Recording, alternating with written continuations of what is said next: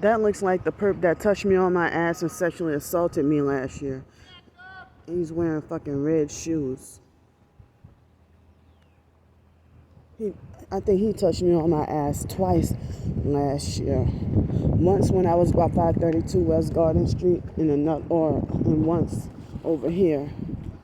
But or it could have been another guy that touched me at 532 West Garden Street. But yeah, he's wearing fucking red shoes. And how the hell you touch somebody on their ass and then turn around and say, well, oh, I thought you was somebody else. Try to play it off. So that's why I have to carry doggone pepper spray. You know I was a fucking stranger and you just touch a random homeless person on the ass, for no reason. He was perping with fucking red shoes. But you sexually assault people. And then, people want to falsely blame me and victim blaming and calling me the whore. I'm sleeping and don't know what the hell you're doing.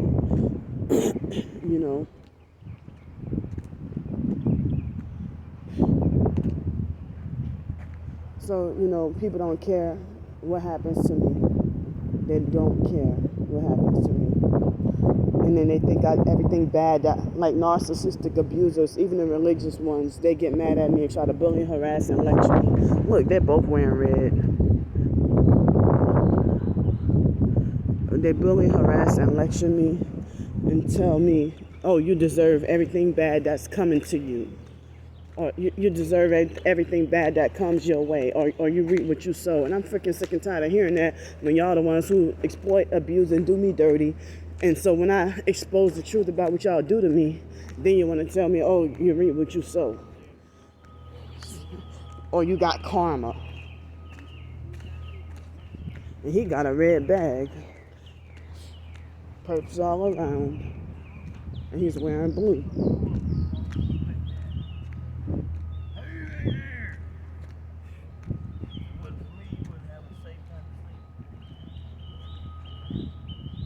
Fussing and cursing with the air, arguing with himself.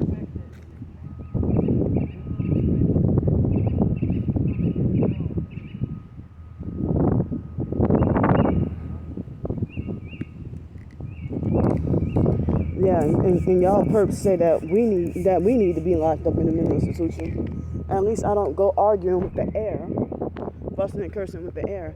My Tourette's thing is different. Because that's uncontrollable. But he's having a whole doggone argument with the air.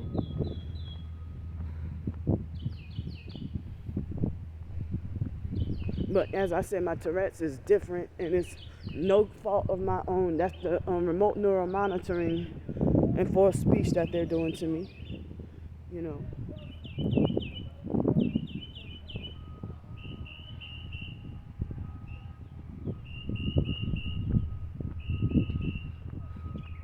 It looks like today's gonna have to be like the other days.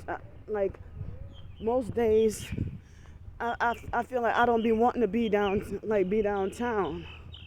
I do not like being downtown, and that's a perk with one brake light, one tail light, or something way down there in that car. So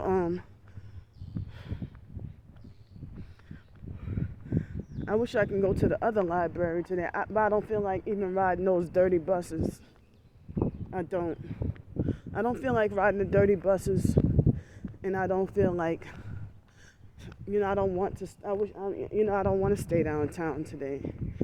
But the only advantage is, I get a lot of extra rudeness, and I have to panhandle and beg. I mean, that's the only place I can panhandle and beg. And so, I even hate doing that. It's exhausting. I hate even asking for help online. I do this because I'm forced to and out of necessity and survival. Otherwise, as I said, I'm a more independent person. And if I weren't dealing with this targeting, you wouldn't catch me begging and asking for help. This targeting and forced homelessness. So, being forced on the streets. And then people act like as if they're jealous or envious because I get SSI or Social Security.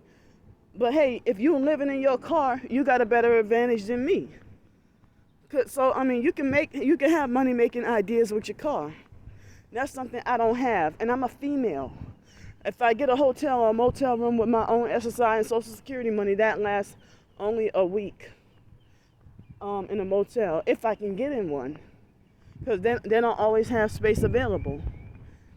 So, if I can get in a hotel or a motel, for a week. But y'all saw what happened at Hospitality Inn, and that just ruined every doggone thing. I mean,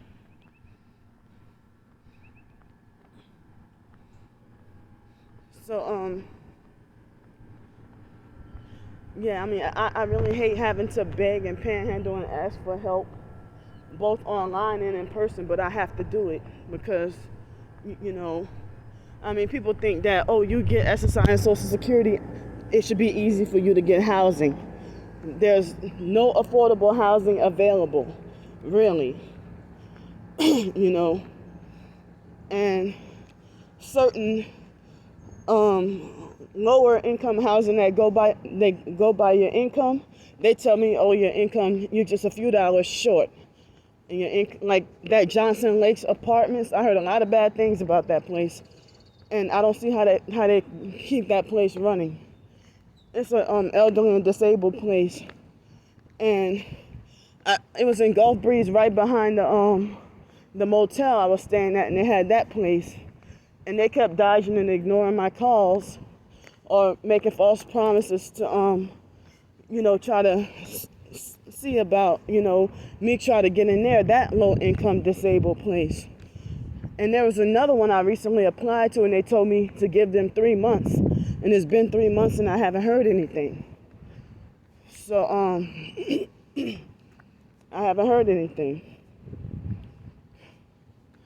So I'm still feeling very sleep deprived. Look at this, a BMW SUV with a BMW motorcycle. You gotta be rich as fuck. And people like that still gang. Well, this person I'm not accusing of being a gang stalker, but I'm saying people can be that rich and gang stalk me.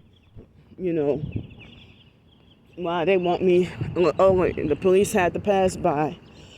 Everybody wants me to be forced with extreme poverty and no help and homelessness, and then they mock and laugh and make threats. When I had a job, they make daily threats. Oh, we're gonna make you back homeless on the streets again, and stuff like that.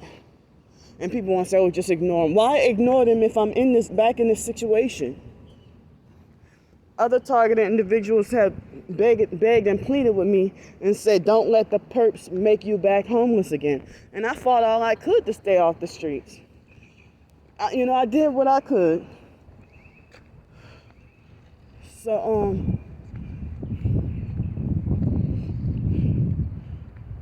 as I said, well, I guess the bad weather was delayed. Because I thought it was supposed to be raining and pouring right now, but it seems like it's delayed till later on this morning, I guess. But I got to get out of this bad weather. People are talking about this Saharan dust, that you can't be really homeless on the streets with this Saharan dust that they're talking about. You can't be homeless, and you can't be on the streets or out in the opening with this whatever Saharan dust that they're talking about. So, and then bad weather and rain and stuff. As I say, y'all couldn't or wouldn't live out here, in this kind of weather. Look, police again, gang stalking and surveilling and following me. Y'all pathetic. And then they want to be falsely seen as God. Bigger, better, and higher than God. I mean, bigger, better, and higher than God. But y'all multiple people. You're not just one big superior being. You're a human, just like me. And you're narcissistic abusers with God complex. All the fake perps, wanting to have a God complex, and they work for the devil but think they're God and think they have a high authority over me. You know, like, how can you still try to control me after I have your account blocked? And look, this truck way down here, one headlight, and this produce, the green produce truck, makes sure to block the white truck with the one headlight. Come on, but y'all criminalize me. If they don't have their arm hanging out the window, they have their dogs. They have their dog hanging out the window.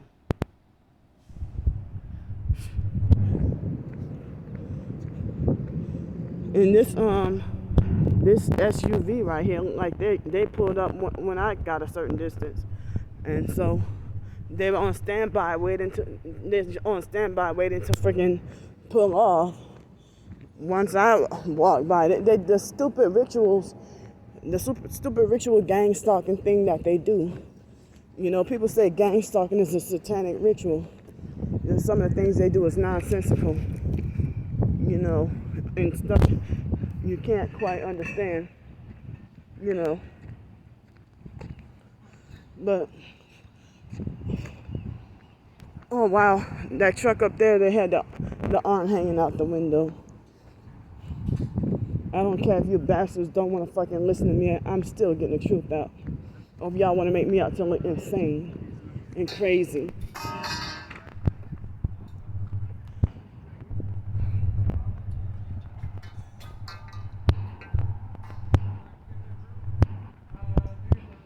But it seems like, as I said, I get more gang stalking when I'm forced to live on the streets, and they make more money off of me when I'm on the streets.